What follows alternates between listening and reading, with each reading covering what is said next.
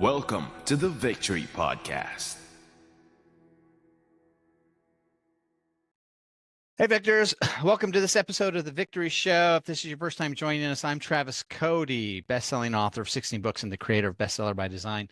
I've had the privilege of helping hundreds of business consultants, founders, and entrepreneurs write and publish their own best-selling books. Along this journey, I've discovered a really fascinating pattern. A lot of businesses hit a revenue plateau and struggle to break through it. On this show, we sit down with some of the world's most successful founders, CEOs, leaders, and business owners to uncover the strategies they use to overcome those plateaus and scale their business to new heights so you can do the same. So get ready for some deep insights and actionable takeaways that you can implement in your life and business starting now. My guest today is a modern day entrepreneur who's redefining how global brands source, scale, and stand out. Jason Wong is the founder and CEO of Saucy, a global sourcing and logistics powerhouse helping brands move smarter and faster across borders. Under the Saucy umbrella, Jason launched Packing Duck, a custom packaging division that delivers factory direct innovation with world-class design. Today, Packing Duck supplies packaging for some of the most recognizable brands on the planet, including Starbucks, Nutrition, Mad Happy, and many, many more.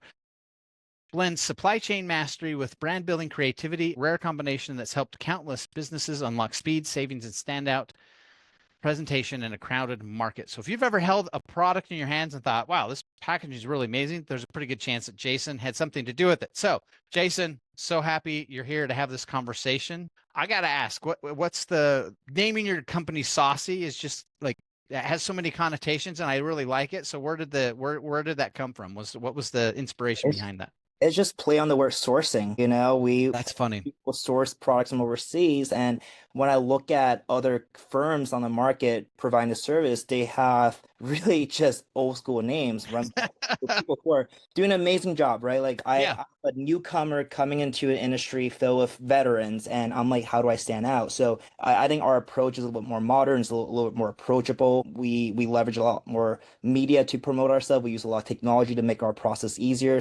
As a new kids on the block, I want to make a name that really is relatable and catchy. Well, it's certainly catchy. I mean, that's the first thing that stood out to me. So I'm always curious, like what you're doing is it's very niche, I guess, niche is what somebody would say.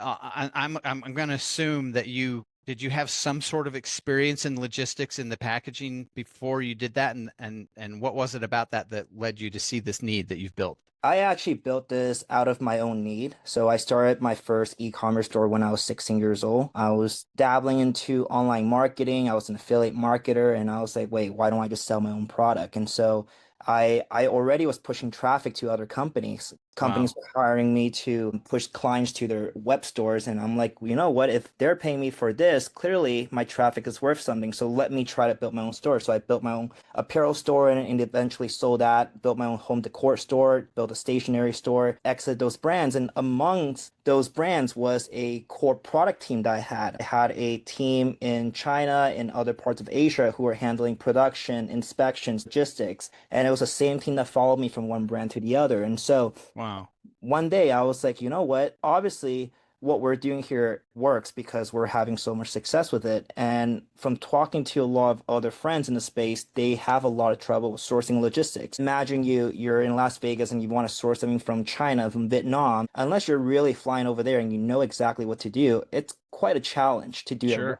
Right? You go on Alibaba, you Google a water bottle, and there's 8,000 suppliers out there. Who do you go to? So we filled a very unique need. We have a very particular strength that allows us to serve our customers well. And that's really how the business came to be. It was really from our own need. So I want to walk back a little bit because so you started doing e-commerce at 16. And what was it about e-commerce that was appealing to you at that age? It was my ticket to make money. I would like to walk you back a little bit more. At 8 years old, my mom and I came to America from Hong Kong. And we didn't have too much money. We were staying at relatives' house. I was working in restaurants since I was a kid. And so in the off time outside of working in restaurants, I had a computer and I had access to the internet for better or worse. Could have gone the other way. Right? And so when I look at what I'm doing right now, it really cultivate from me being on the internet at a young age and observing transactions, observing businesses being done, observing how people do marketing. And e-commerce for me was a great way to leverage my roots in China. I speak Chinese. I have family there. I've had this fascination of selling things. I don't know, maybe I was a merchant in a past life, but just something told me that, hey, I'm probably not smart enough to be a doctor. I'm probably not that good at school. And from my grades, you can clearly see that. I just couldn't pay attention in class. But I'm really damn good at selling things online. So e-commerce was my ticket out of whatever I was. And you mentioned a key piece to this, which was out of your own need, you start having to figure out traffic. And I've done my background's direct response marketing, and I think 95% of my clients, they've never figured out the traffic game. So what was your sort of, I guess, journey in those first couple of years of figuring out how to generate and using either organic or paid ads to drive your sales and your e-commerce? I actually came from blogging.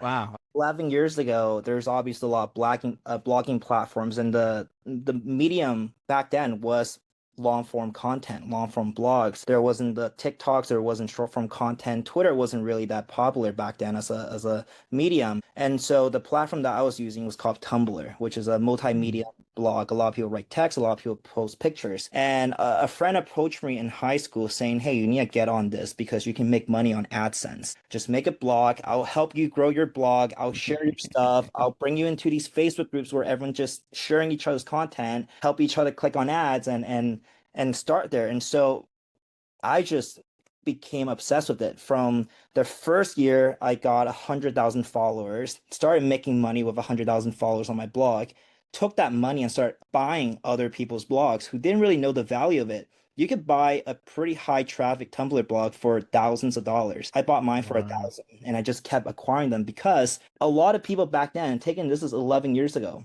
people back then didn't really knew how to monetize their blogs. People were making content for the sake of making content. A lot of content creators today are making content for the sake of making money. And so they knew there's a value to their accounts, but back then there wasn't. And so I just kept buying accounts, building alliances with other networks, and eventually got up to 32 million followers in the next few years.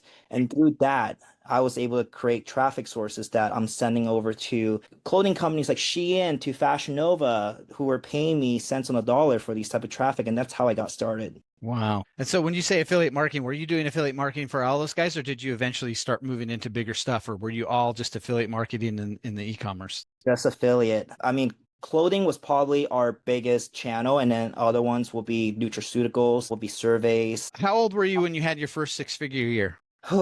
Probably too young to have that level of money. I think 17? senior year of high school, 17, give or Right. take. And how long did it take you from that point to hit your first six-figure month? Six-figure months, I would say, coming around like 19 after I moved to LA. I moved to LA when I was 18. Wow. And I think just through moving to a new country and a new city where I was literally the smallest fish in a giant pond, opened my eyes to what was possible. Because I was living in Toronto in high school, and I was the only kid in my school making money. And so my exposure to people was really my proximity and then my Facebook group of people. And so my earning potential was really capped at who I knew was making the most amount of money. So if that guy's making 50K, I'm thinking that's probably the most I'll make. Yeah. Moving to LA changed that completely. 50K a month is like, okay, you're doing okay, but Yeah, right. you're not anything in this city. And so I really think a year after moving to LA at It's 19, exploded. I hit that six-figure month. So do you remember how you felt when you had that first six-figure month, especially, having come from where you did and what you and your mom were dealing with the first several years you were here? It was crazy. I mean, money on a PayPal account just didn't seem real. I grew up watching my family working in restaurants, and their paychecks is a pay stub, whatever it is, 1,500 a week, 2,000 a week. And that was like what my idea of money was. And so having this internet money at a young age was just unfathomable to me. But So what was that conversation like with your mom when you're like, "Hey, mom, my business just made $100,000 in profit this month"? I actually didn't tell her I was doing business on the internet. I was still working. Believe it or not, I was a sushi chef in Newport Beach, Fashion Island, if you know where that is. I do. So was being sushi chef your side hustle? Yeah, it was actually a period of time when all my accounts got banned. I took a job in Newport Beach as a chef, and through that job where I was just standing there for 8 hours a day, I still had some savings from the money that I made, but all my accounts were banned at that time because Tumblr was acquired by Yahoo for some $1 billion, and all the accounts got shut down. They started to become a lot prohibitive of what kind of content to be on there. And it was that job where I was standing there for 8 hours rolling sushi when I thought of the next idea. And that's how I got really deep into e-commerce. Wow. So I want to back up because people who haven't done any work online I don't think they can really fathom what PayPal could actually do. So like you were saying, right, you could have 6 figures, 7 figures in a PayPal account. And if you do something that they don't like, they will just seize that account. So even Yeah. though it's legitimately $1 million cash to you, PayPal can take it. And you have no recourse. There's nobody you can contact, and it's all up to them of whether. And then if they think you did something fishy, they may just take all that money and say, "Well, it's ours now." Yeah. I just, 'cause for people watching this, I don't think people understand that like that's what PayPal can do.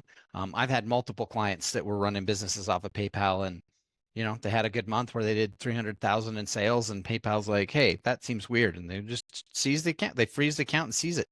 Yeah, Um, we had in a store 19 that was doing we went from $0 a month, first store, new store, to $1.3 million the next month. And PayPal was like, hold your horses. This is way too much too soon. What's going on? So they placed a hold on our money. I think it was $50,000 at its peak, just frozen there. They said it will be reviewed over the next 180 days. So you cannot touch it. It doesn't matter if you need to use a six vendor. months. Yeah, if you need to pay vendors, doesn't matter. Payroll doesn't matter. We're just gonna hold it, and they really could just do anything they can because PayPal has such a monopoly in seamless payment at the time. Now you have Apple Pay, which I Yeah. think creates the same level of convenience as PayPal back then, because before then it was either PayPal or you punch in your credit card number.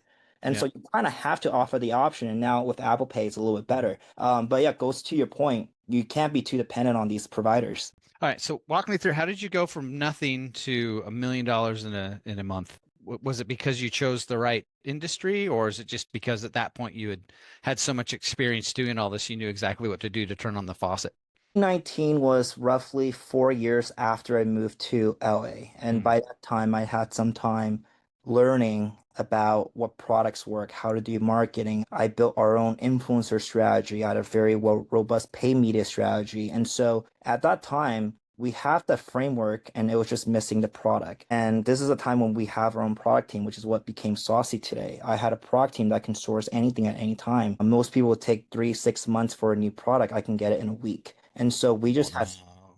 we had so much speed under our wings that if I see something working on the internet and I feel like I can sell it better, or there's a new angle, or I can change it and customize it, maybe instead of selling to women from 22 to 34, I could sell it to women from 34 plus with a different benefits added into it, maybe change the button, change the color. And so we just had so much resources to launch and scale fast that 0 to 1 million a month became the norm. So was that the company that you then scaled, was that your first exit? No, actually, I closed that store down. $1 million a month wasn't good enough, so you're just like not worth your time. It's actually a really good story for picking partners. For the Mm, time I was a sole entrepreneur, and I think this speaks to a lot of other founders you might interview who can speak on this, is that picking the right partner is just as important as picking your wife, your mm. husband. It is someone who you're tied to in so many aspects that one wrong person in a partnership can really ruin the whole bunch. It doesn't matter how successful your business is. And that was my first time having partners, right? Before that, I was a solo guy running a blog, making some money here and there, running my own brands, perfectly fine. And this is the time where I joined forces. It wasn't just me. There's geniuses from another marketer, another person operating. There's a few people in the kitchen. And the challenge of working with other people who are maybe similar in age, who doesn't have a lot of experience, maybe don't know how to communicate properly. A big cause of divorce is just miscommunication. And second thing, or maybe even the first reason, is finances. And you combine these two things in a business partnership, it could lead to a disaster. And so that was really my first time learning what it's like to work with others. And so even though we had a successful business, because of bad partnership, because of misappropriate spending, it just blew up. So good lesson, expensive lesson. So were you the one that pulled the plug and shut it all down, or? Yeah, I'm just like, you know what, there's other things I can better be doing than stressing over who I'm working with, So I right? think what's interesting about this though too is I think in marketing world, like he who controls the traffic really has all the power, especially online, because Yeah. again, vast majority of people don't know how to get eyeballs to something. So, the fact that you know how to get eyeballs, it's like, yeah, let me just go to the next thing and just do what I'm doing, but not have to deal with the hassle. It really is a key, and especially with the resources that we had, it's like we could do it once, we could do it again, you know? So okay, so what was the first company then that you was the first company you grew and scaled? Was that the company after this partnership, or where did that come? I'm just curious of like, After that partnership was what led me to start Saucy. okay. I said, you know what? There's clearly a big market for it. A lot of my friends were asking me, Jason, how can I find this supplier? How can I do Hmm. this? Can you help me translate? There's clear demand in the market, and people want to pay money for consistency, for peace of mind. That Saucy became a supply chain logistics company. We're helping companies move products from Asia to the US in containers. We were working on their freight. We're helping them negotiate with their suppliers. We're shipping from China to minimize tariff impact and whatnot. And that's really the start of it. But I would say the fastest growing business out of all of this is Packing Duck, the packaging manufacturing business I started a year or so ago. Okay, so let's talk about that. Where did that come from? Was that because of your current Saucy clients were then like, hey, we need to put this in a box and we don't know what to do? It's a little bit of that and a little bit of just wanting to focus on one thing and doing it really well. So when you think about a supply chain business, we're very general. We're not just working on electronics. Travis, you can tell me to source the chair that you're sitting on and we'll source it for you, or the headphone, or the lamp, or whatever. We source thousands of products across many different categories. And it sounds great in theory, but then you think about our business model is that with volume, we're able to get better pricing for you. So if you want a chair and another client wants a chair, we can get you better pricing because we're able to bundle your stuff together. Because our clientele is so diverse, there is really no way for us to have that much advantage over any business categories. And as a result, we had this conversation of what is that one thing that every single consumable in the world needs? What is that one thing that is recurring and extremely sticky? And what is that one thing that everyone needs, but not everyone's thinking about? And it was packaging. Think about it. Whether it is a fork, whether it is a television, whether it is a shampoo bottle, every single consumable in your life comes in a form of packaging. But not a lot of people are thinking about that, right? If you're a brand selling anything in the world, it doesn't matter what you sell, you always need packaging. So there's that recurring revenue. It's very sticky. Packaging is usually the first impression that you make with your customer, right? When you Yep. ship them a package from Amazon, when they open the water bottle, it is the first thing that people touch. But it's often the thing that most people don't think about, right? Like you don't think about the bag that you throw away. You don't think about the water bottle that you're holding. But I would say the big shift in this narrative was Apple. Apple created a packaging that is so superior to any of their competitors that people keep iPhone boxes all the way from the last few years. They keep their MacBook Pro boxes, they keep their iPhone boxes. Why? Because one, it's premium. It's so expensive that you almost don't want to throw it away. What if one day you just need it? It's a great protection. It's also a great display. It doesn't look that ugly. When you put it on your shelf, it's like, okay, it's a great piece of box. And so we got into this business because of all these theses being met. And to do so, we're like, okay, we don't want to start a factory from scratch. Let's just buy one. And so we took all the money that we made from the supply chain logistics business and bought a piece in a couple factories in China. And that's how we Wow. started our company. Wow. So like what was the pitch for like somebody like Starbucks or Quest Nutrition? Did you go to them and pitch or did they find you? We actually never pitched a customer. We have never ran paid ads. We don't do email outreach. We're almost entirely word of mouth as of right now. Wow. And we don't plan to ever spend money on paid marketing. It's almost like a little fun thing I want to do. It's like, how far can I push this without I would say the reason why we're able to grow so fast, it's a little bit of the advantage that I have being a brand founder. I've been building beauty brands the last few years. I've built a lash brand, I've built a nail brand, I've ran stores for celebrities at major music labels. I have a Rolodex of contacts of people who are basically my ideal customers who are now my friends that when I start this B2B business, I immediately have 50 people I can call. And from those 50 people, refer me another 50 people. And from those 50 people, some of them might know some guys at this company, at this company. And so every single client that we have ever had since the beginning of the company has been a referral. Wow, this is such a fascinating story. So let's talk a little bit about you going from solopreneur to, running an international company with however many employees. Like what have been some of the challenges for you personally of having to, go from just being a blogger to a CEO? I think the biggest challenge was building the company during COVID, complete remote workspace, right? There's a challenge of building culture. There's a challenge of working coordinately, right? Our team is in China, it's in Malaysia. We have people in Russia, people in the Philippines, and people in Canada, Middle East. It's very, very hard to run at full speed when there's these things happening. But it also became our strength because now we cover 24 hours.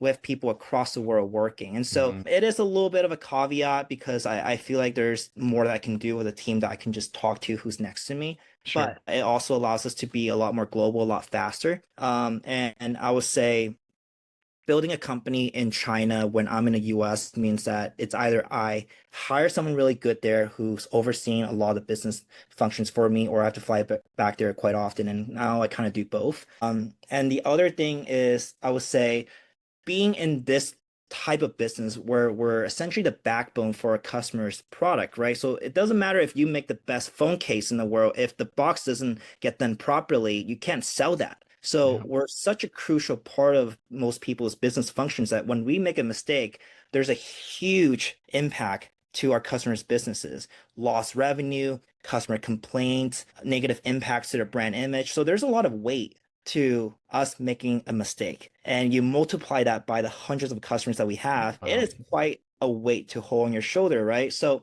yeah, that's a bit of a pressure. yeah, for sure. But I would say pressure makes diamonds. We were very fortunate to make a lot of the big mistakes early on in the company where the impact wasn't too bad, maybe $10,000 here, $50,000 here. It was $1 million orders that we're getting today. It was when we first started where we had a lot of opportunity to stress test the team and our functions. Wow. What's the next 5 years look like for you? Is this something you're going to keep growing, and then do you eventually want to exit, or you just want to see how big you can do this and this is your ride? I think I have a knack for just starting new companies where I feel like there's a missing piece. So it's not the end all be all. I do like to exit in the next few years, but also before I do that, to transform our company into a different type of company than what it is today. Today, it's a manufacturing company, but I think in 5 years, we'll be a tech-enabled manufacturing business. And what I mean by that is that most manufacturers are quite dated, for good reasons, right? Like Sure. the machines that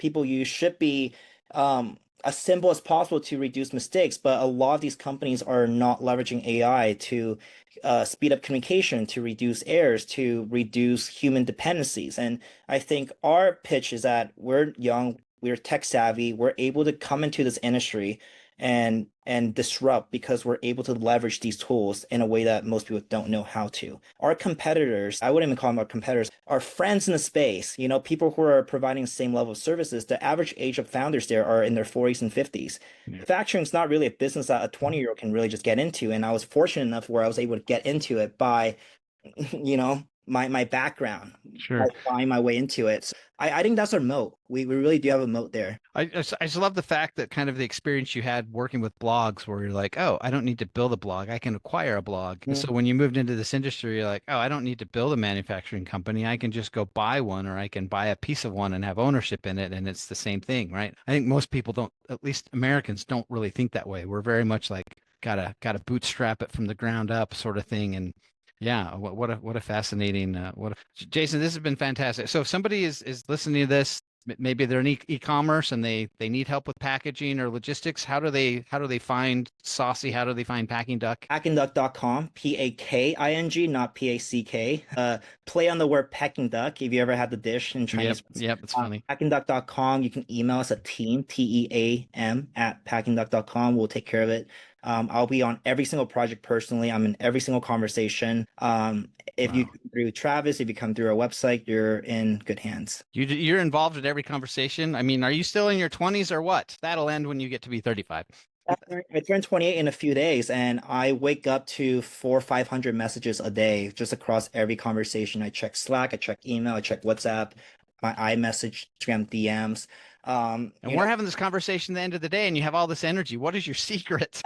Natural energy, sleep well. I really prioritize sleep. I think when I was in my early 20s, even late teen years, I really was sacrificing health in pursuit of, hey, maybe I'll work 18-hour days and I'll be more productive. And then you realize that it's actually counterproductive because the next day you just feel like crap. And so now I'm very good on fitness, on supplements, on sleep. I think that your body is a machine and it's really about how you maintain it, how you oil it. And if you do it properly, you can really do extraordinary things. Awesome. Can't end on a better note than that. Jason, thanks for your time. Of course.